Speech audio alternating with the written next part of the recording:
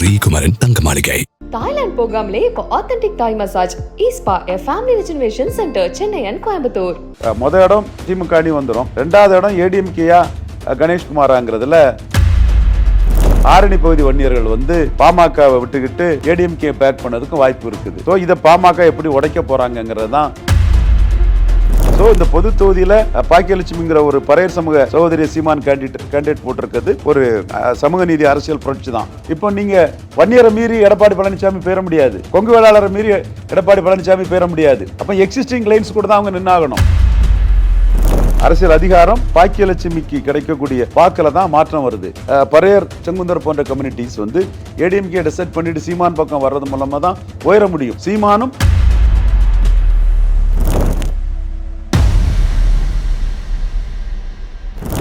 அடுத்து அப்படியே பக்கத்தில் இருக்கக்கூடிய தொகுதி ஆரணி தொகுதி, இதுவும் முக்கியமான தொகுதி தான் நினைக்கிறேன்.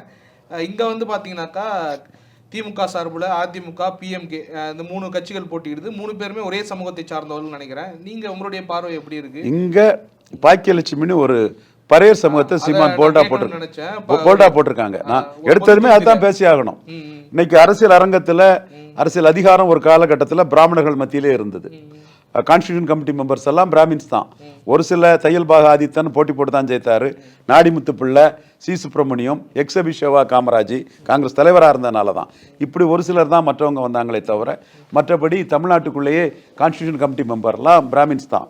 அடுத்தபடியாக இங்கே 24 எம்எல்சியில் 23 எம்எல்சி வந்து பிராமணர்கள் தான். அதைத்தான் பெரியார் வந்து சமூக நீதி சூறையாடல்னு சொன்னார். அப்போ அவர் வழியில் தான் இன்றைக்கி நடக்கக்கூடிய பல சமூக சூறையாடல்களை நான் பேசிகிட்டு இருக்கிறேன். அதுக்கப்புறம் அரசியல் அதிகாரம் முதலியார், ரெட்டியார், நாயுடு, பிள்ளை போன்ற சமூகங்களுக்கு வந்தது.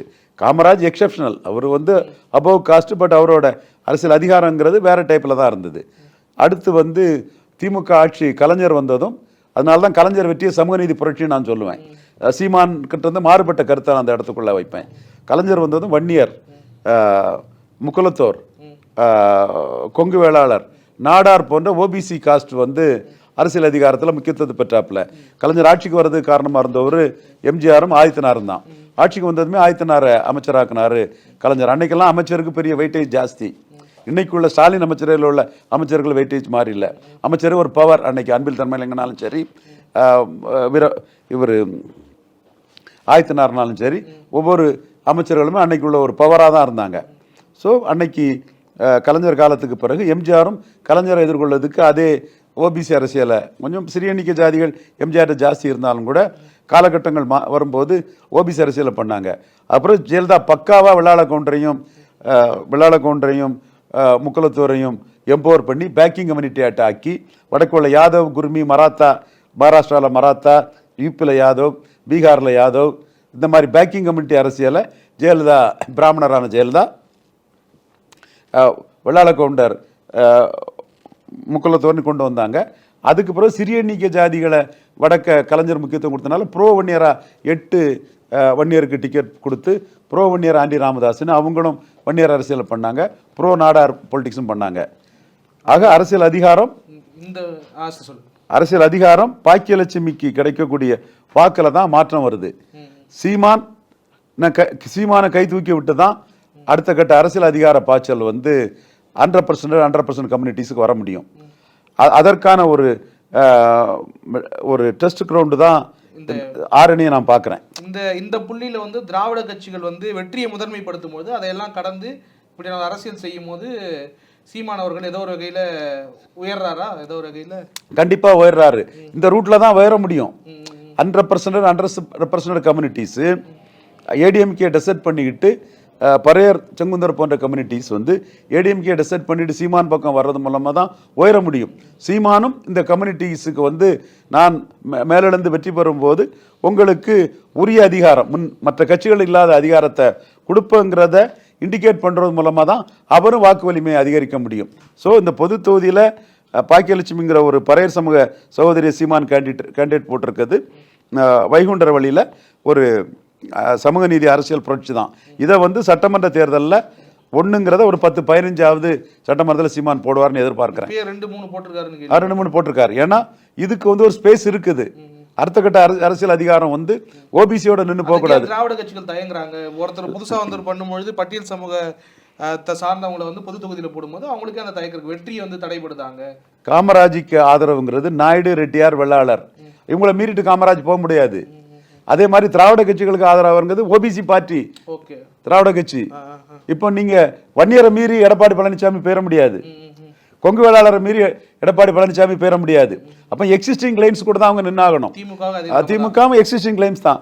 அதுல கொஞ்சம் Telugu upper caste landlord Telugu communities இருப்பாங்க. அப்போ இந்த லெஸ் பவர்ஃபுல் ஓபிசி, அந்த முத்தரையர், செங்குந்தர் போன்ற லெஸ் பவர்ஃபுல் ஓபிசி, விஸ்வகர்மா போன்றவங்களுக்கும் அரசியல் அதிகாரத்தில் வர துடிக்கக்கூடிய பறையர், தேவேந்திர குல வேளாளர் போன்ற சமூகங்களுக்கும் புதிய போல்ஸான சீமான கை தூக்கி விட்டு தான் அவங்க உயர முடியும். அவங்க எம்பவர் ஆகும்னா சீமான இது பண்ணி சீமான ஸ்ட்ரெங்தன் பண்ணி தான் அவங்க உயர முடியும். சீமான அந்த ஸ்ட்ராட்டஜியை புரிஞ்சுக்கிட்டு தான் இந்த பாக்கியலட்சுமி விட்டுருக்கிறாரு. ஸோ பாக்கியலட்சுமி ஜெயித்துருவாங்கன்னு நான் சொல்ல வரல. பாக்கியலட்சுமி எடுக்கக்கூடிய சரியான மூவ், எடுக்கக்கூடிய சிறப்பான வாக்குகள் தான் சீமான அடுத்த தடவை தைரியமா ஷெட்யூல் காஸ்ட்டை நம்ம ஒரு பேக்கிங் கம்யூனிட்டியாக வச்சு போயிடுவோம், திருமாவளவன் எப்படியும் ஸ்டாலின்ட்ட 6 சீட்டு அல்லது 8 சீட்டு வாங்கிட்டு போவார், நம்ம பறையர் கம்யூனிட்டியை அடுத்த கட்ட அதிகார பாய்ச்சல் பறையர் கம்யூனிட்டிக்கு வரணும்னா நாம் தமிழரில் வாங்கங்கிற அளவுக்கு கொண்டு போகணுன்னு தான் சீமான் எடுப்பார். ஸோ பறையர் கம்யூனிட்டியின் உரிய அடுத்த கட்ட அதிகார பாய்ச்சலுக்கு நாம் தமிழர் தாங்கிறத இண்டிகேட் பண்ணக்கு தான் பண்ணியிருக்கிறாரு. மற்றபடி ஆரணியும் வந்து 2வது இடம், மொதல் இடம் திமுக அணி வந்துடும், 2வது இடம் ஏடிஎம்கேயா கணேஷ்குமாராங்கிறதுல ஒரு ஃபைட் இருக்க தான் செய்யுது. ஏடிஎம்கேக்கு சொல்லிட முடியாதா? ஏன்னா கட்சி வன்னியர் ஓட்டு அதிகமா இருக்கு. நம்ம அதுல கரெக்டா இருக்கணும். கணேஷ்குமார் நண்பர் தான், பட் ஏடிஎம்கேக்கு இந்த பகுதி வன்னியர்கள் ஏடிஎம்கேக்கு ஆதரவா இருக்கிறாங்க. எடப்பாடி தான் நமக்கு 10.5 தந்தாங்கிறத அவங்க சொல்றாங்க. ஸோ ஆரணி பகுதி வன்னியர்கள் வந்து பாமகவை விட்டுக்கிட்டு ஏடிஎம்கே பேக் பண்ணதுக்கும் வாய்ப்பு இருக்குது. ஸோ இதை பாமக எப்படி உடைக்க போறாங்கிறத தான் பார்க்கணும். உடைக்கிறதுக்குள்ள சில வேலைகளை வினோபா பூபதியா இவங்கெல்லாம் இதெல்லாம் செய்துட்டு இருக்காங்க. பட் அதை எப்படி அதை உடைக்க முடியுமான்னுங்கிறதான் பார்க்கணும். ஏன்னா இந்த உடைக்க அன்னைக்கு முயற்சி பண்ணுவவங்களுக்கு கூட எடப்பாடி மேல ஒரு சிம்பதி உண்டு, வன்னியருக்கு இவர் தாயா தந்தாருங்கிற ஒரு சிம்பதி உண்டு. அவர் கொடுத்தது எடப்பாடி தொகுதியில் ஜெயிக்கிறது கொடுத்தாருங்கிறது வேற விஷயம். பட் இந்த மக்கள் வந்து யாரையா தந்தா, எந்த சீஃப் மினிஸ்டரையா தந்தாரு? காமராஜ் நமக்கு ஃபுல்லா எதிராக இருந்தாரு. அண்ணா காமராஜ் எதிராக இருக்காருன்னு சொல்லிட்டு காமராஜரோட மோசமா இருந்தார் அண்ணா, காமராஜரோட வன்னியருக்கு மோசமா இருந்தார் அண்ணா.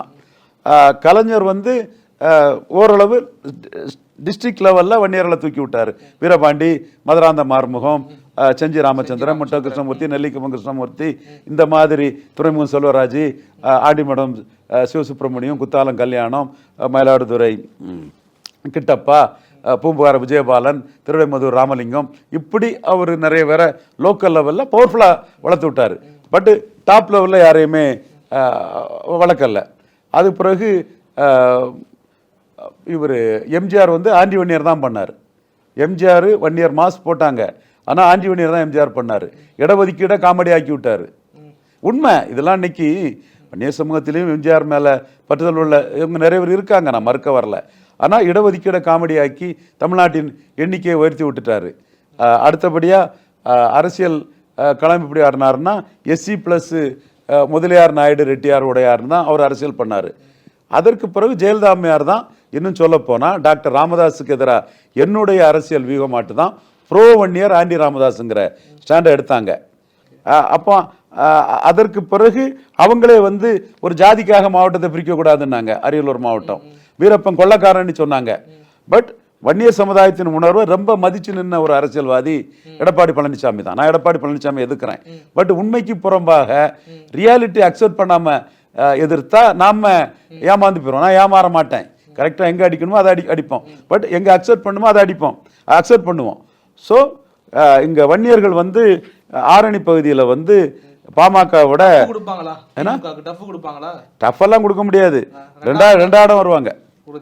இதுல இவங்க 2 பேருமே வந்து தெற்கு மாவட்ட செயலாளர்னு சொல்லப்படுது. இவர் திமுக தெற்கு மாவட்டம், அவர் வந்து அஇஅதிமுக தெற்கு மாவட்ட செயலாளர்னு சொல்லப்படுது. இவங்க 2 பேருக்கும் பெருசா அறிமுகம் கிடையாது. கணேஷ்குமார் ஏற்கனவே எம்எல்ஏவா இருந்திருக்காரு, செஞ்சி பகுதியில் எம்எல்ஏவா இருந்திருக்காரு. ஒரு வாட்டி, 2 வாட்டி 3 வாட்டி போட்டி போட்டு கணேஷ்குமாருக்கு ஆரணியில் பாஜக வச்சு எவ்வளோ பெரிய ஓட்டு வந்துட போகுது. அதனால பெருசாக வாய்ப்பு இல்லை. இருக்கிற அந்த பாமக ஓட்டு அப்படியே விழுந்தாலே பெரிய விழும். பட் கஜேந்திரனுக்கு தான் வாய்ப்பு அதிகம்.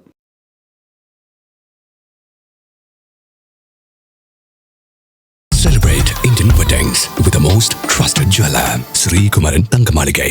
தாய்லாந்து போகாமலே இப்போ authentic Thai massage spa a family rejuvenation centre Chennai and Coimbatore.